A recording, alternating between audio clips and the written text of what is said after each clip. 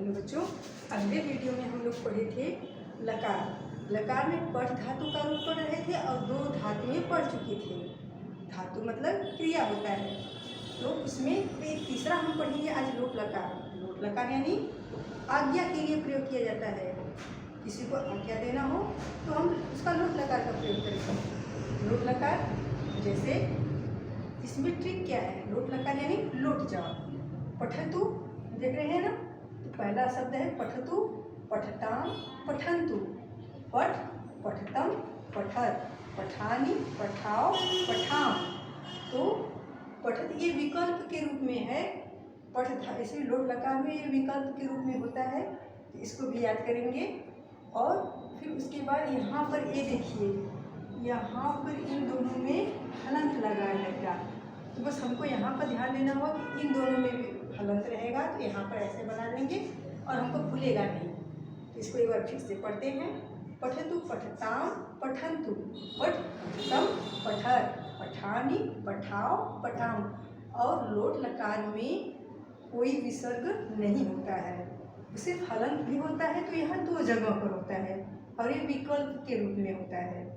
तो इतना ध्यान देंगे। लोट लकार में यानी लुट जाओ, यानी यहाँ पठतु ऐसे याद करेंगे और इसमें विसर्ग नहीं होता है। फिर उसके बाद हम लंग लकार का रूप याद करेंगे। लंग लकार यानी भूतकाल होता है। भूतकाल मतलब जो बीत चुका हो, उसको हम भूतकाल में कहते हैं।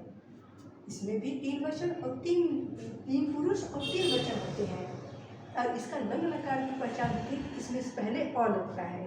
इसकी पहचान है कि पहले इसमें अ लगता है, जैसे अपठत, अपठताम, अपठम, अपठ, अपठतम, अपठत, अपठम, अपठाओ, अपठाम। यहाँ पर इसको तो याद करना, यहाँ पर हलंत बहुत सा लगा है और विसर्ग भी लगा है, तो इसके इस प्रकार याद करेंगे। ऐसे ऐसे बनाएंगे।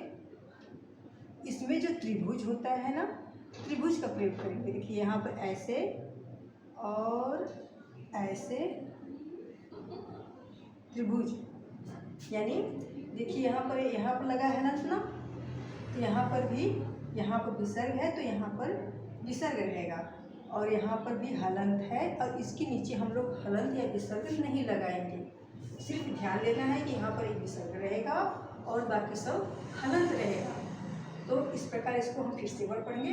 अपठत, अपठताम, अपठन, अपठ, अपठ, अपठ, अपठतम, अपठत, अपठम, अपठाओ, अपठाम।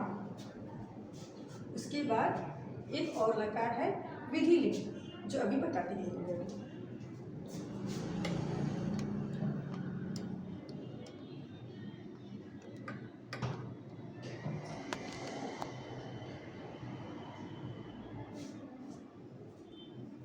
ये देखिए, ये है विधिलिंग।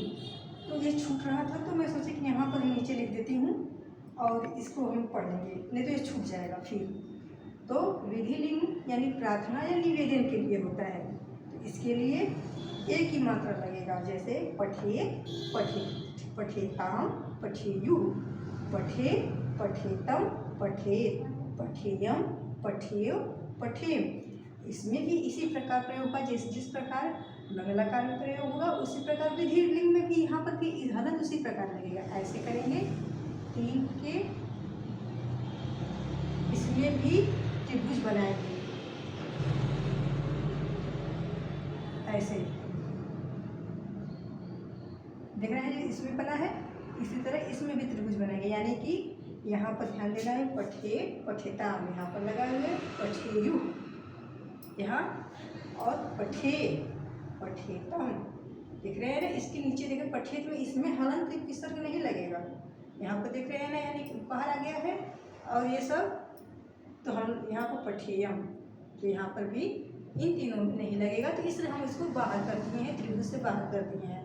तो ये ट्रिक है। इसमें जिस प्रकार ये ऐसे लगा है त्रिभुज, इसमें भी त्रिभुज बनेगा। और इसी प्रकार हम इसको, इस प्रकार लंग लकार में और विधिलिंग में त्रिभुज बनेगा, और उसमें लोट लकार में त्रिभुज नहीं बनेगा, उसमें सिर्फ दूरी में हलंत लगेगा और उसमें विसर्ग नहीं होता है। तो आज हम धातु पढ़ चुके, अगले दिन हम अब कुछ और देखेंगे।